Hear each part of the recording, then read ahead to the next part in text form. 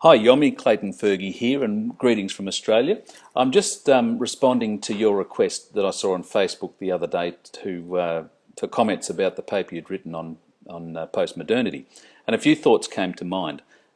This video clip will probably be in two parts because I can only film or video 5 minutes at a time. Okay, let me just start quickly by saying I think what you had to say was fine, was great. The characteristics of post-modernity, I think, were basically right. The only thing I want to add, and that's what I'm wanting to do here, is a few other comments, particularly in relation to countries that don't come from a Western heritage or a Western background. I think it's important to understand that people are not necessarily, I don't think people are necessarily fixed as being modernist or postmodernist. I think we oscillate between the two. And I think there's another category as well, and that's non-modernist. So you can imagine non-modernity, modernity, and post-modernity. And I think the average young person these days may spend a lot of their time in a modernist mindset, but they flick, sorry, a postmodernist mindset, but they flick backwards and forwards between modernist and postmodernist. And particularly in countries like yours, there would be a non-modernist category as well, and they would be flicking backwards and forwards between the three. Let me explain what I mean. And I'm just going to go to this this presentation. And please bear with me as I get it right.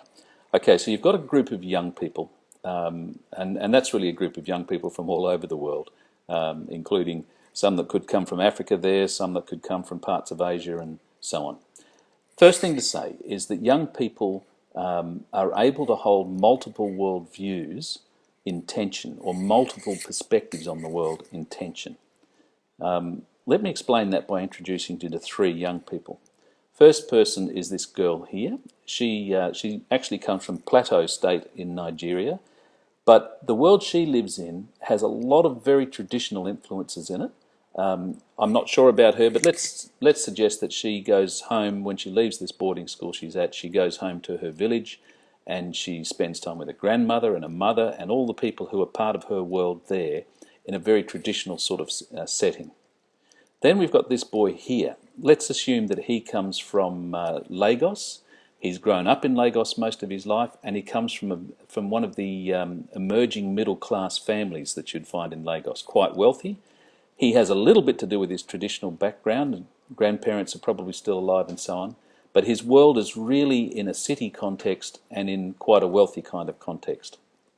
Then you have this person here. This happens to be a photo of my youngest daughter, and she hasn't grown up in an African context at all. She's grown up in a very Western world, and she has a particular worldview or perspective on the world that's probably fairly postmodernist, but there'd be a lot of modernist in her as well.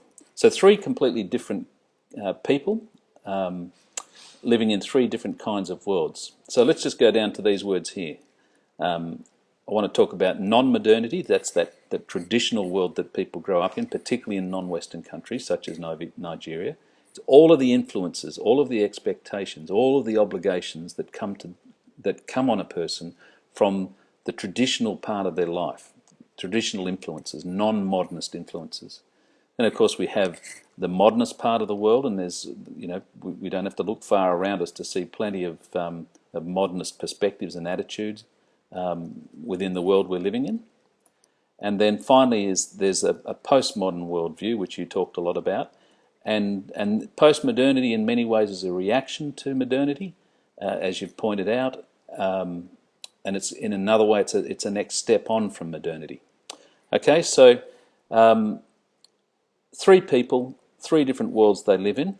I'm going to stop this video here and pick up the next thing I want to say in the next clip.